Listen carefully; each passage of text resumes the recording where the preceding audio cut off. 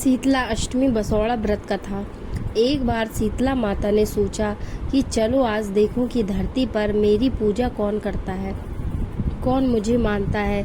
यही सोचकर शीतला माता धरती पर राजस्थान के डुंगरी गांव में आई और देखा कि इस गांव में मेरा मंदिर नहीं है और ना ही मेरी पूजा होती है। माता शीतला गांव की गलियों में घूम रही थी। तभी एक मकान के ऊपर से किसी ने चावल का उबला पानी मांड नीचे फेंका। यह उबलता पानी शीतला माता के ऊपर गिरा, जिससे शीतला माता के शरीर में फफोले पड़ गए। शीतला माता के पूरे शरीर में जलन होने लगी।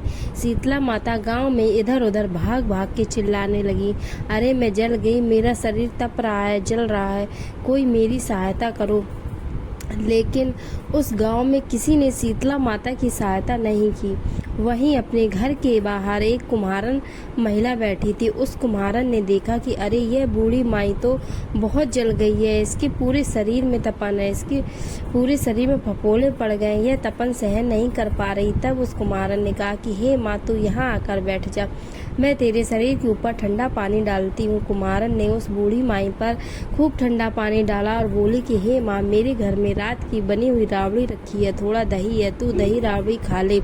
जब बूढ़ी माई ने ठंडी ज्वार के आटे की राबड़ी और दही खाया तो उसके शरीर को ठंडक मिली। तब उस कुम्हारन ने कहा, आ माँ बैठ जा, तेरे सिर के बाल बहुत बिखरे हैं, ला तेरी चोटी गूंथ देती हूँ। और कुम्हारन माई की चोटी गूंथने लगी, कंघी बालों में करती रही। अचानक कुम्हारन की नज़र उस बूढ़ी माई के सर के पीछे पड़ी तो कुम्हारन ने देखा कि एक आंख बालों के अंदर छुपी। यह देखकर वह कुम्हारन डर के मारे घबरा कर भागने लगी। तब उस बूढ़ी माई ने कहा, रुक जा बेटी, तू डर मत, मैं कोई भूत प्रेत नहीं हूँ, मैं शीतला देवी हूँ।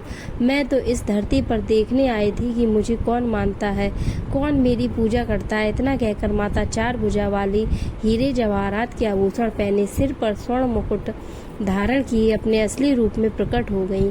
माता के दर्शन कर कुम्हारन सोचने लगे कि अब मैं गरीब इन माता को कहाँ बिठाऊं। तब माता बोली, हे बेटी, तुम किस सोच में पड़ गई। तब उस कुम्हारन ने हाथ जोड़कर आंखों में आंसू बहते हुए कहा कि हे माँ, मेरे घर में तो चारों तरफ दरिद्रता बिखरी हुई है, मैं आपको कहाँ बिठाऊं। मेरे घर में ना तो चौकी है, ना बैठने का आसन।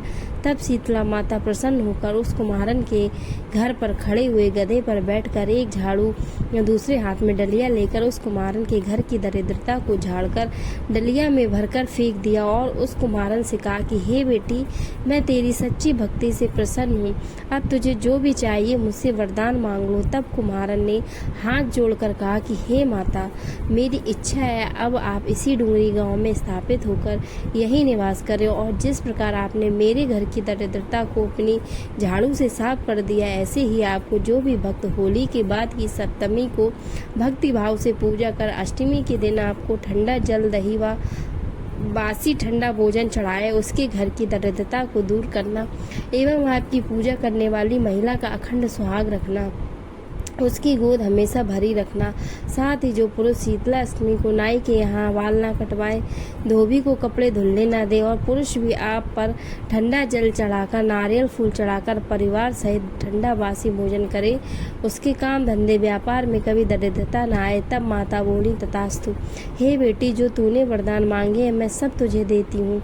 हे बेटी, तुझे आशीर्वाद देती हूँ कि मेरी पूजा का मोह अधिकार इस धरती पर सिर्फ कुम्हार जाति का ही होगा। तभी उसी दिन से डुंगरी गांव में शीतला माता स्थापित हो गई और उस गांव का नाम हो गया सील की डुंगरी। सील की डुंगरी भारत का एकमात्र मुख्य मंदिर है। शीतला सप्तमी के दिन यहाँ बहुत विशाल मेला लगता है। दोस्तों, कैसी लगी स्टोरी हमें कमेंट सेक्शन में बताएं और